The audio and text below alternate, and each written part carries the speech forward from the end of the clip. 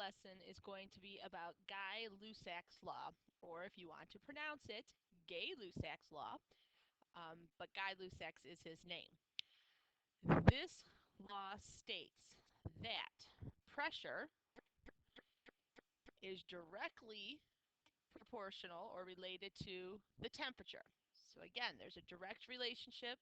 This time it's between pressure and temperature when volume and the amount of gas remain constant. So hopefully you've noticed in Boyle's law, Charles' law, and now in Guy-Lussac's law, the amount of gas is constant in all three, but the other thing that is constant is different in each one. In Boyle's law, it was temperature that was constant. In Chuck's law, it was pressure that remained constant. In Guy-Lussac's law, it's now volume that's remaining constant, but in all three of them, it's also the amount of the gas that's remaining constant. Just like in Chuck's law, temperature has to be in kelvins. If it's not, the problem won't work out. You can get negative temperatures, which would then give you a negative pressure, and that's not going to happen. So you have to use the Kelvin scale and add that 273 to a Celsius temperature in order for the problems to work out correctly. So the equation, again, two ways to write it. You can take your original pressure divided by your original temperature, and that's equal to the new pressure divided by the new temperature. Or you can cross multiply that and use the other equation. So P1, the original pressure, times T2, the new temperature, is equal to the new pressure times the original temperature. If you choose that second one, just watch where your numbers are at, where your ones and twos are located at. With this one, again, there's a direct relationship. So when you would increase the temperature, so down here you have an increase in temperature, 100, 200, 300, 400, 500, 600. You have an increase in pressure. The pressure goes up here. We go from 0.5 to 4. So you can see the line here, increase the temperature, you increase that pressure. There's a direct relationship. So at 150 kelvins, it's 1 atmosphere. At 300 kelvins, it's 2 atmospheres. At 450 kelvins, it's 3 atmospheres. Increase the temperature, you increase the pressure. There's a direct relationship. When one goes up, the other one goes up. Okay, this is a picture of a pressure cooker. A pressure cooker works on this principle. Inside that pot, it's locked, so you have an increase in the pressure, which then increases the temperature inside that chamber. It'll cook the food at a faster speed because of the higher temperatures, and you can cook it right on your stovetop. Your moms may have, or dads may have one of these at home. So let's practice a couple of problems. So we have a gas in a sealed container like that pressure cooker, and it has a pressure of 125 kilopascals at a temperature of 30 degrees Celsius. Remember, we got to change that to Kelvin. If the pressure in the container is increased to 201 kilopascals, what's the new temperature? So let's write down what we know. The original pressure is 125 kilopascals. The original temperature is 30 degrees Celsius, which we have to change to Kelvin, and 30 plus 273 is 303 Kelvin. The new pressure was 201 kilopascals, and the new temperature is what we're looking for. That's the question. What is the new temperature? So that's our X.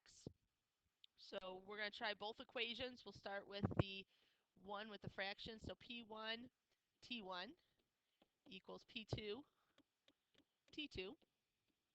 So the original pressure, 125 kilopascals. The original temperature, use the Kelvin, 303 Kelvin. The new pressure, 201 kilopascals. And we don't know that new temperature. So cross multiply, solve for our new temperature.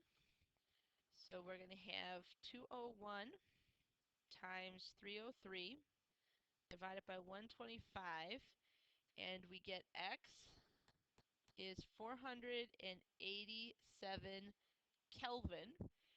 It says in the problem, what is the new temperature? It doesn't ask for it in Celsius. You can keep it in Kelvin.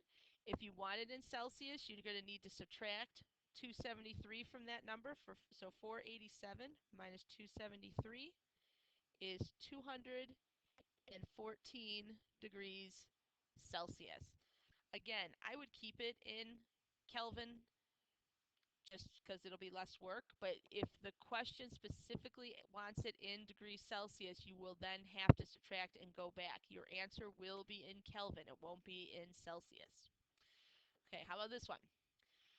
The pressure in an automobile tire is 1.88 atmospheres at 25 degrees Celsius. What will be the pressure if the temperature warms up to 37 degrees Celsius? So our original pressure is 180 or 1.88 atmospheres. The original temperature is 25, which we're going to change to Kelvin, so that's 298. The new pressure is the question. What will be the pressure? So that's our X, and our new temperature is 37.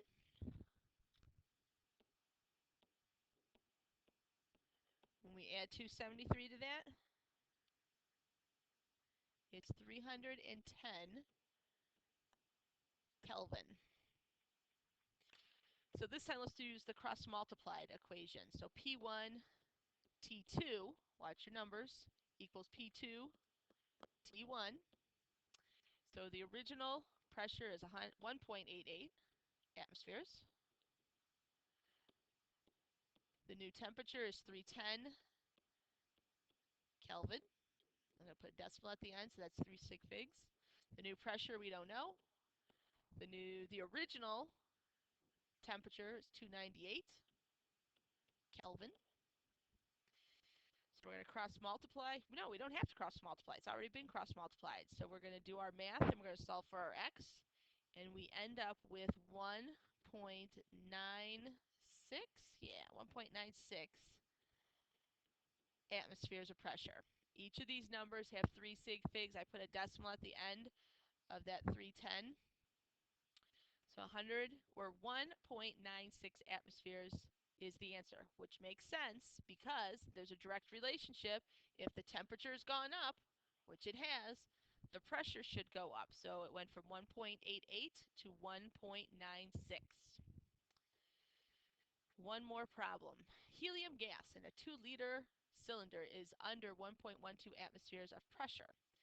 At 36.5 degrees Celsius, that same sample has a pressure of 2.56 atmospheres. What was the original temperature of the gas in the cylinder? So, this 2-liter cylinder, it's the size of the container. In this law, volume has to remain constant. It doesn't say anywhere in this problem that that is changing. But it does say the pressure is starting out at 1.12 atmospheres. It says to find the original temperature, so that's going to be our X. It does say that the pressure had an increase to 2.56 atmospheres. So if the pressure is going up, this temperature should have gone up. So that original temperature should be lower than the 36.5 degrees Celsius. Remember, that has to be in Kelvin. So 36.5 plus 273. You got 309.5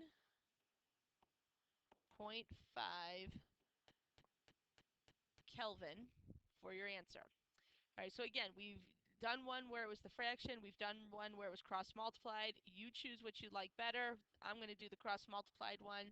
So P1 T2 equals P2 T1.